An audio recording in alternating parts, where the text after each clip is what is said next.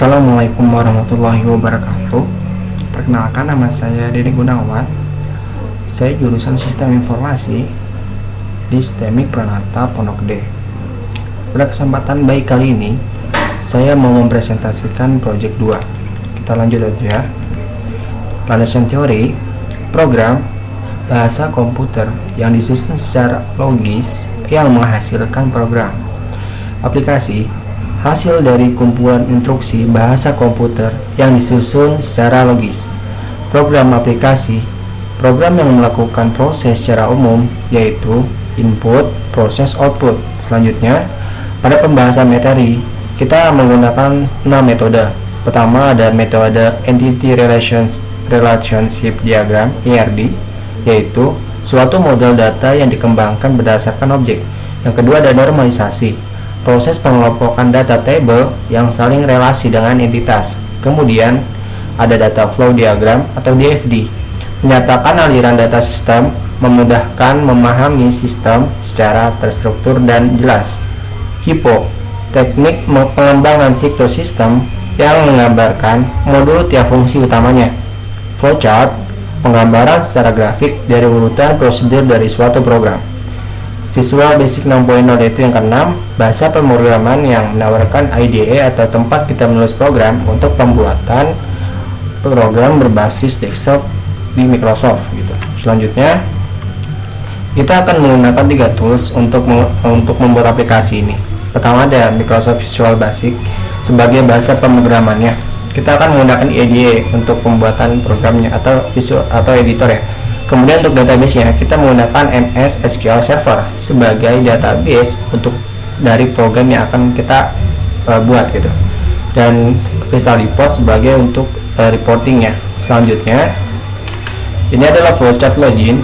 Jadi ada tampilan menu login, kemudian kita disuruh masukin password. Nah, kalau misalkan benar dia akan redirect ke menu utama, kalau gagal dia akan memunculkan pesan salah.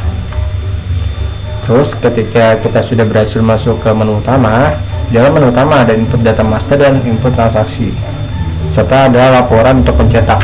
Selanjutnya pada flowchart data master, nah itu ada 2 bagian, ada data barang, data pemasok. Selanjutnya pada bagian flowchart transaksi, di dalam transaksi ini ada data transaksi penjualan dan data retur. Selanjutnya pada data barang, kita dapat melihat pada form data barang ini dia nanti ada tampilan data grid, kemudian kita ada tampilan input kode, nama, jenis, satuan, dan jumlah. Lalu di sini ada beberapa metode yang bisa kita lakukan terhadap data yang akan kita masukkan atau data yang mau kita ubah. Pertama itu kita bisa insert dulu, insert, update, atau hapus, atau kita cetak, atau sebelum kita cetak kita cariin datanya apakah ada di database atau belum gitu. Kalau ada berarti kita ngubah, kalau nggak ada berarti kita nambahin. Selanjutnya pada flowchart data pemasok ada data grid. Di dalam data grid ini ada kode, nama, alamat, telepon, dan kontak. Dalam sama kayak tadi metodenya, kalau misalkan datanya nggak ada dia akan ditambah, kalau misalkan datanya ada berarti dia mengubah. Nah, jadi ini ada beberapa metode, ada tambah, insert, update, delete, dan cetak. Selanjutnya pada transaksi penjualan, di sini ada form data penjualan. Dalam form data penjualan ini ada input tanggal, kode, pemasok, kode barang, jenis, jumlah, dan di sini juga ada beberapa metode ya, ada tambah, insert, update gitu. Selanjutnya pada flowchart data retur, kita melihat di sini ada data grid juga sama kayak tadi ya, ada inputan tanggal, nomor retur, kode order, kode pemasok, kode barang, jenis barang, jumlah retur, dan tanggal retur. Di sini juga ada beberapa metode, ada tambah, insert, update, dan delete gitu ya. Kemudian pada relasi database-nya kita bisa melihat barang itu berelasi sesuai dengan nama table yang telah kita bicarakan tadi. Dia masih sistem one to one ya. Kalau ini udah masuk one to many karena mereka saling berelasi satu sama yang lain gitu, one to one. Selanjutnya ini ada DFD, jadi setiap admin itu bisa mengakses si sistem inventory, kemudian si supplier dapat mengambil data yang ada di sistem inventory, kemudian manajer juga bisa mengakses laporan barang, pemasok, laporan keuangan dan segala macamnya. Terus kemudian Untuk diagram level 1 ini adalah alur dari sistem kita, jadi ini apa aja yang bisa diakses ya. Kemudian IPO ini adalah awalan sampai akhir program kita secara terperinci. Kemudian ini adalah perancangan menu utama. Kita bisa melihat sesuai dengan rancangan pertama, kalau misalkan kita masih password, kalau benar kita akan redirect ke menu utama, kalau gagal ya dia akan tampil tulisan gagal di sini.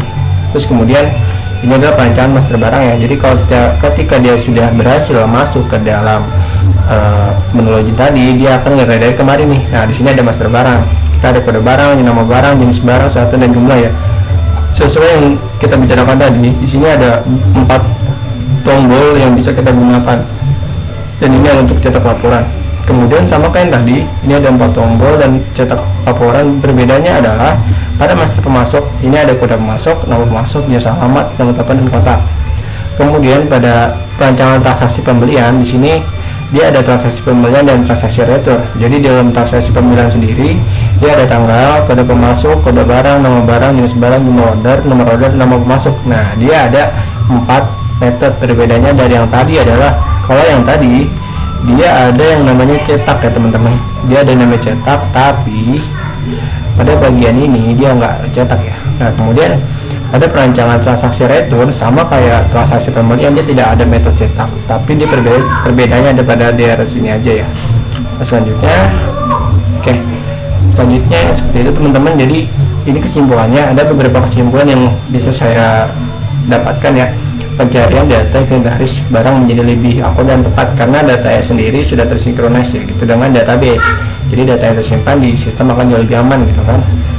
Terus peningkatan sumber daya manusia akan menjadi lebih modern karena kita nggak mungkin ketika kita mau bahas soal sebuah sistem, orang yang akan menggunakan sistem kita itu nggak kita training bagaimana cara menggunakan. Jadi mentraining itu bisa meningkatkan ekosistem dari manusia yang bisa menjadi lebih modern gitu.